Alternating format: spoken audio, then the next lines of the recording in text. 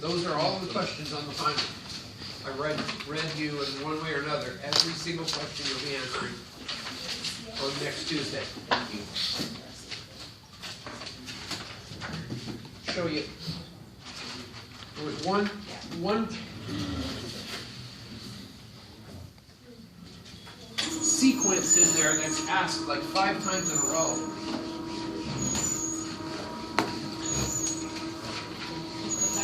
Perfect. This is my last. I don't even know who can help me. Yeah.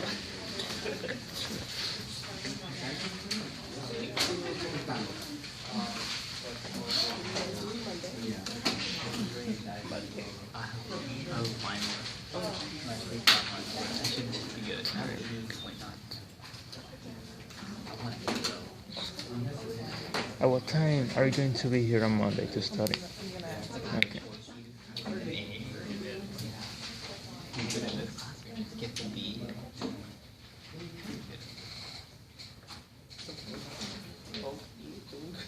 No, not good. I mean, I get it. I'm shitty.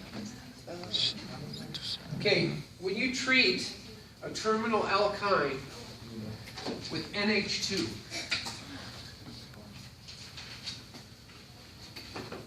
this is a fairly strong base, NH2, sodium amide.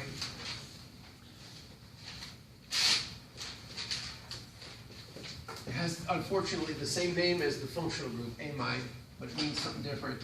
It's ammonia missing a proton. It's a strong base. pKa is 38. So what it'll do is pull off that hydrogen. Because terminal alkynes have a pKa of approximately 25. So this is the stronger base. Now, the reason why you'd want to do that is you can produce a nucleophile.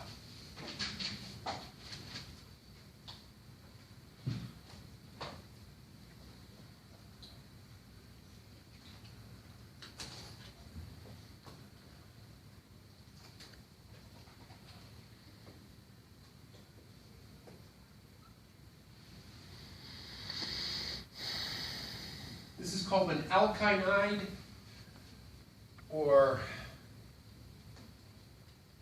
alkynide's good enough, or acetylide, sometimes it's called. It's a good. This particular one has 1, 2, 3, 4 carbons, so it's butanide, sodium butanide. But in general, we call these alkynides. They're good nucleophiles. So you could react that nucleophile with an alkyl halide.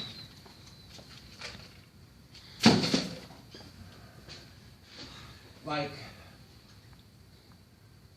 1-bromopropane. And make a carbon-carbon bond, a new carbon-carbon bond. So this thing could attack that carbon, SN2 style,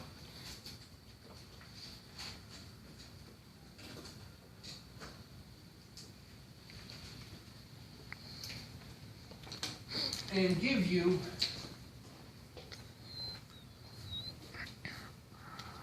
this compound.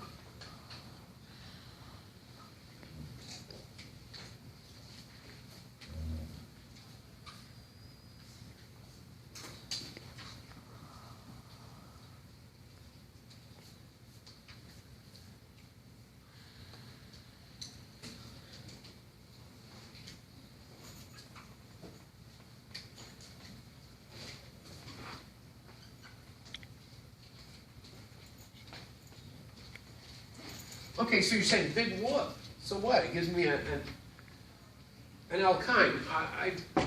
You know, that's not that big of a deal, but it is. Because this can be converted using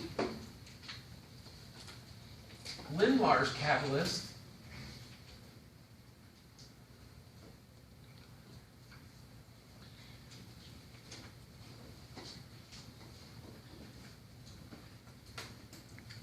And Linlar's catalyst is palladium, PD, in the presence of BaSO4, barium sulfate, and quinolines.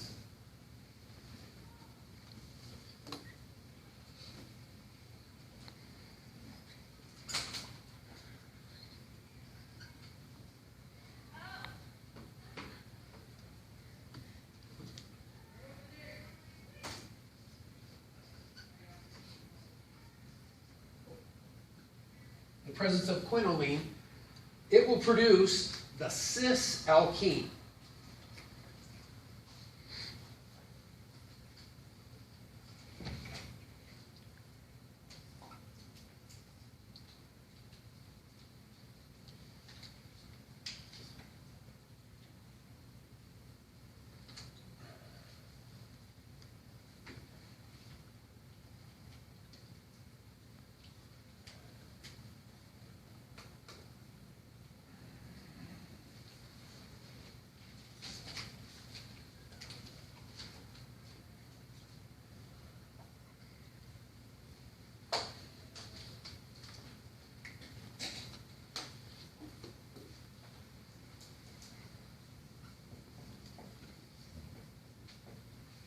Or you can take that new alkyne that you put together, made the chain longer with, you could treat it with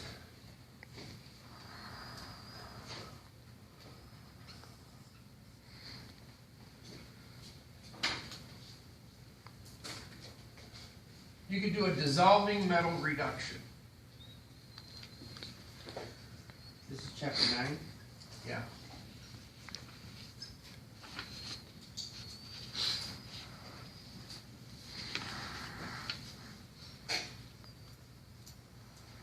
Now, dissolving metal reduction is sodium, usually sodium metal, Na0, sodium, not Na plus, sodium metal. You know, when you drop it in water, it catches on fire and explodes. Sodium metal in liquid ammonia. And about negative 35 degrees Celsius. Now, to get those negative 35, you use acetone and dry ice. You guys, when you go down to the beach in the summer and you have a case of warm soda or warm beer, and you want to get the cans instantly cold, 10 seconds, and they're ice cold. Blistering ice cold. You go over to the bait shop and get some dry ice, a metal bucket, and then go to the hardware store and get some acetone. And put the acetone in there, put dry ice in there, dip your can in, make sure you have a glove on your hand. Dip your can in, count to 10, and it'll come out ice cold, freezing cold. That's how you get negative 35 degrees. A dissolving metal reduction gives you the trans alkene. That's the best formula yet. Yeah. You thought organic chemistry would work. It's going to give you the trans alkene.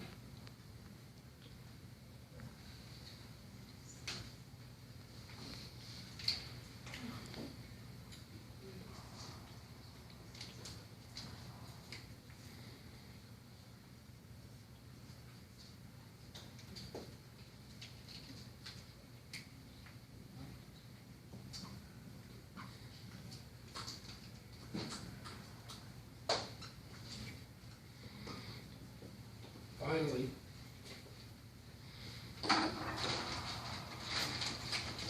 you can treat this substrate with hydrogen gas, H2 gas, in the presence of bling.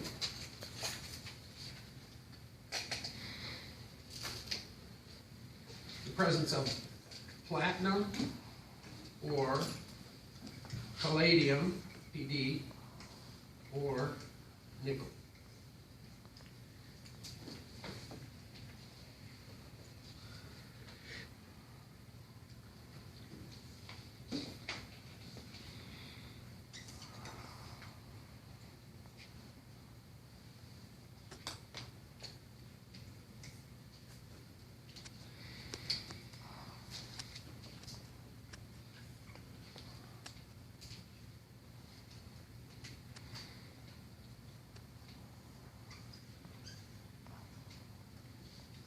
It'll give you the alkane.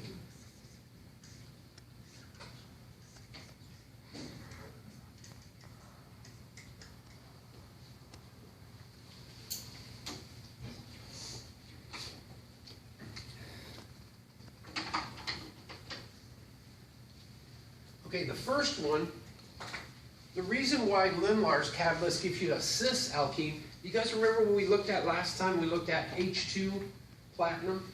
Remember we looked at that mechanism? How the two H's add to the same face? Remember that? All right, now we're using an alkyne. It has two double bonds. And we're using palladium. Now normally, if you just use palladium and H2, where's H2? Damn. Should be H2 here. Normally, if you add H2 and palladium, it will just reduce this thing to the alkane, normally. But this is a special set of conditions. It's H2 palladium that's been poisoned with quinoline. It's poisoned, it's a poisoned palladium catalyst is what it is. It's poisoned with barium sulfate and quinoline. So it can only do one reduction. It can only reduce this one double bond. And you know that it'll add two hydrogens to the same face. That's how it works. That's why you get the cis alkene. The trans alkene's a little more complicated. When you treat this with sodium metal, here's what happens.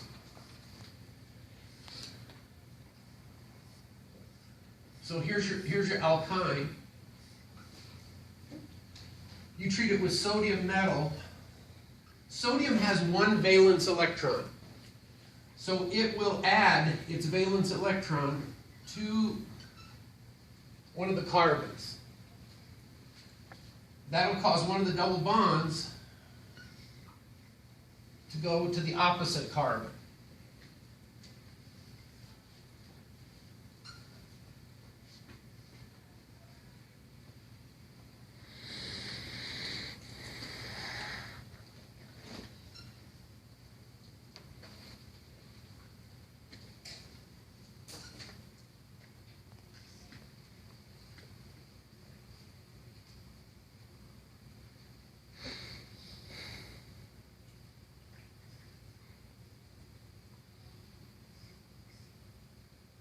Okay, now look at that structure to the right.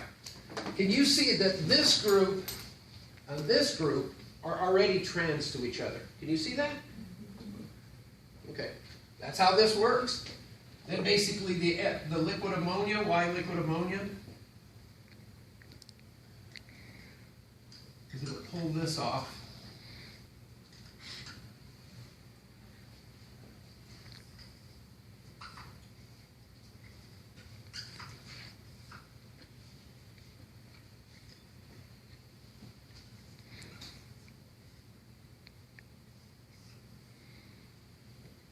And then a second sodium will add another electron to the same one, to the first one.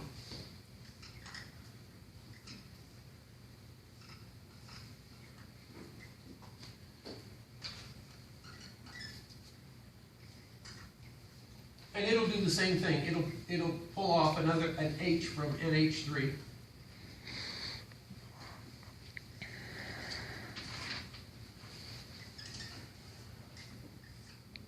To give you the trans alkene.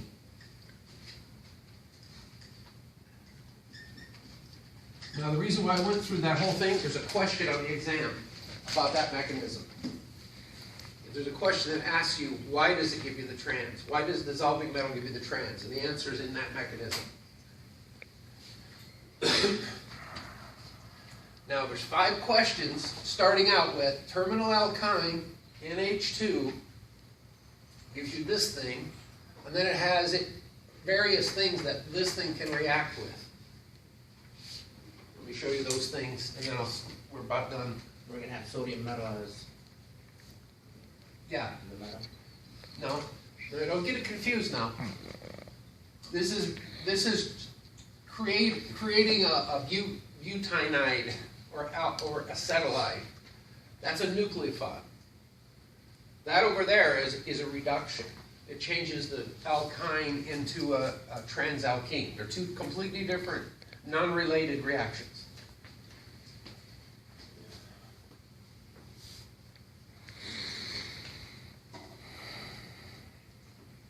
Okay, so you can react this thing with formaldehyde.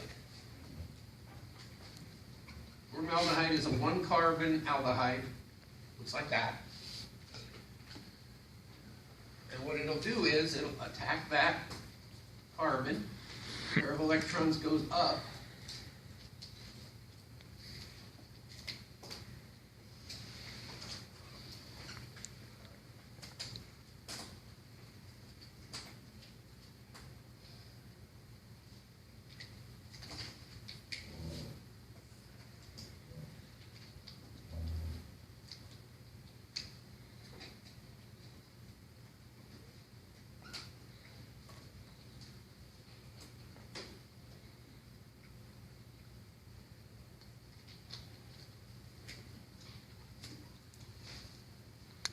And then you can treat that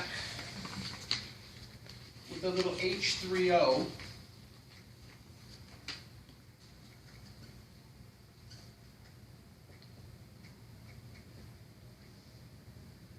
H3O plus, and it'll protonate that O minus.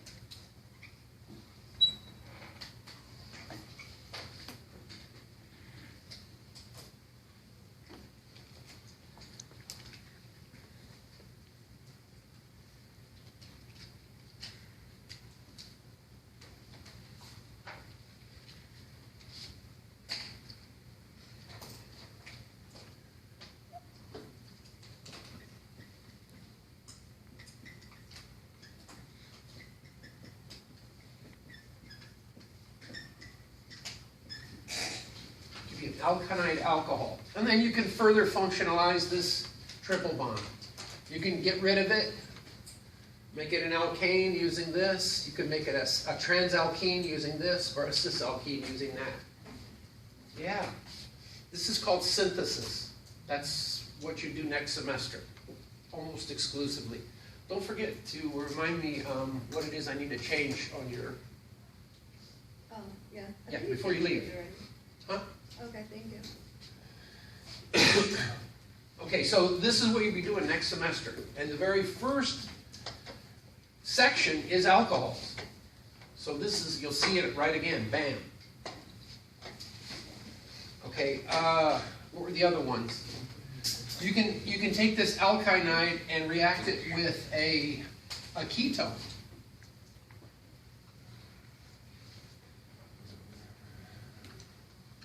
Diphenyl ketone, let's say. You could react this alkynide with a ketone. So if you reacted it with a ketone, what would you get?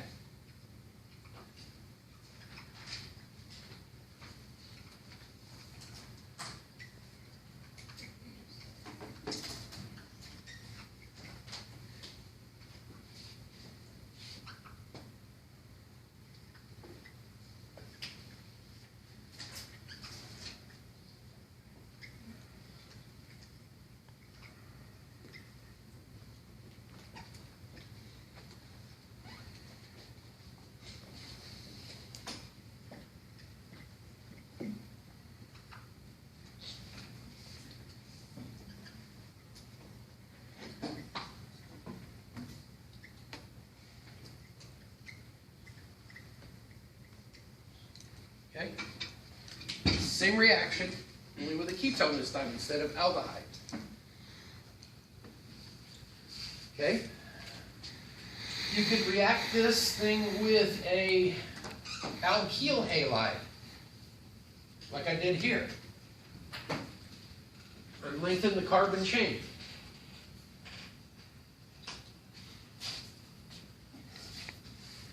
Let's see, what else did? I think that's everything.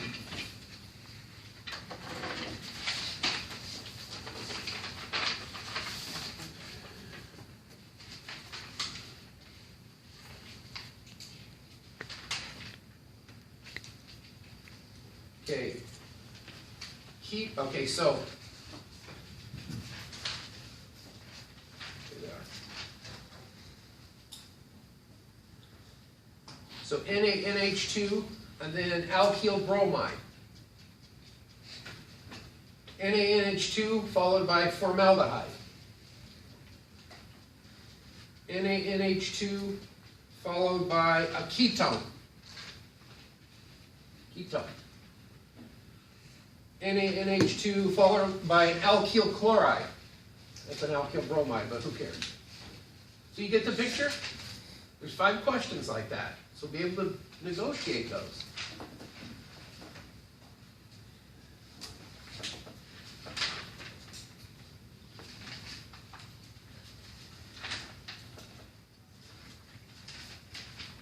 Oh, diazomethane. When you use diazomethane,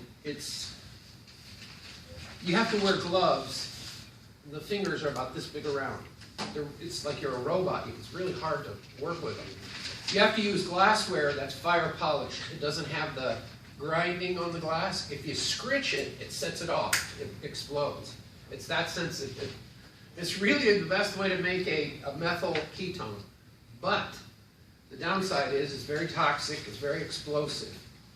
And you wear those gloves that are this thick. I asked my research director, why am I wearing these big, clumsy gloves? And he goes, in case it goes up, if you won't lose too many fingers. Wow. Yeah.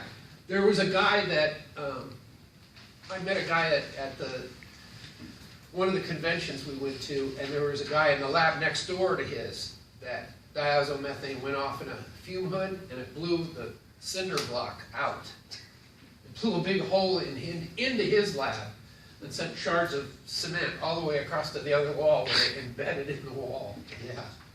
So it's pretty dangerous stuff. You probably won't get any in the lab, so don't worry. So diazomethane is there any extra credit on this test? No. no, you guys have two exams to do. You have 130, you have 50 plus 35, you have 85 questions to answer. So there won't be any time to do any extra credit. Just do well on the, and guys, I gotta tell you, the ACS is tricky. Let me show you what I mean. One of the questions looks something like this.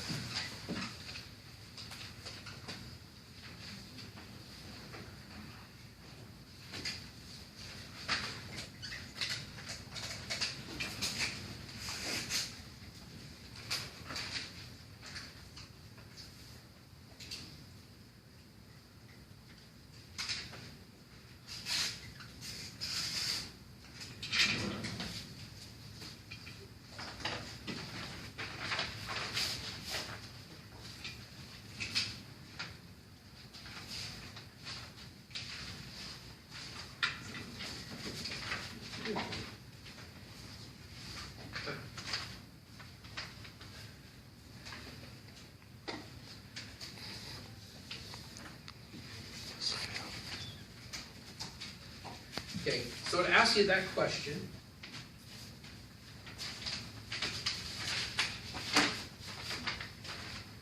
And then it gives you these choices.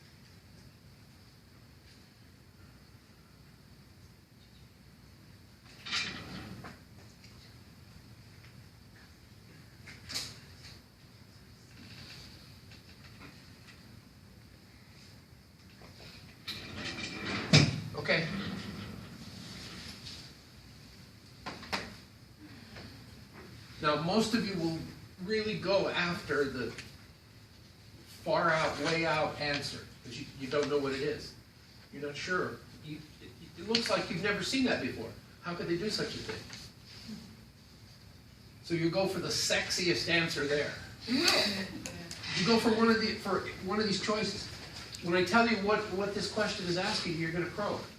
It's an acid-based question. Guys, it's an acid-based question. This is a carboxylic acid. Acid. This amine is a weak base. It's an acid-based question. What do acids and bases, what does it do? They form salt, right? Huh? They form salts. Usually. In organic, what do they do?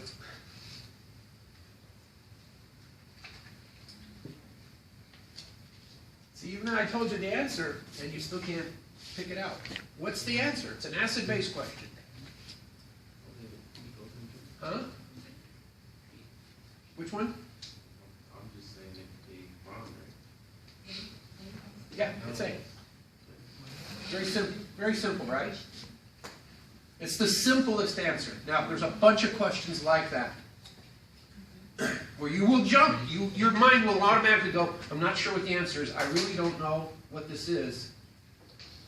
I'm going to jump at the craziest, wildest, sexiest answer I can find and put that down because that's probably a good guess. And it's not. Find the simple answer and you'll be fine with this exam. Overthink it, go down to some blind alley a million miles from what they're asking, and you will miss a bunch on this exam. We're going to ask you a bunch of simple questions, and you're going to try and complicate it with your magic magnifying mind. Don't do that. Really, that's how students miss questions on this. And being there's only 35, you can't miss too many and get an A. Think about it. All right? How many can you miss? 3? 3 and you're at an 89 already. Yeah. What is it, 2.41 something per question? Yeah. So you could miss conceivably 4, be close to 88 or something. A minus. So try, when you keep that in mind when you're taking this ACS exam, keep it simple. The simplest answer is the best. The most complex, sophisticated, sexy answer is almost always 100% wrong. So don't overthink these things. I'm warning you. Any other questions about the final or the ACS? That's all I have for today. Thank you. I want to thank each and every one of you for being my students this semester. I really enjoyed having you. This is really a bright class. And I might see some of you again in organic too. Or Professor Chowdhury will have the pleasure. Or somebody else. For the last time, peace out. See you Tuesday. Bring 2 Scantrons.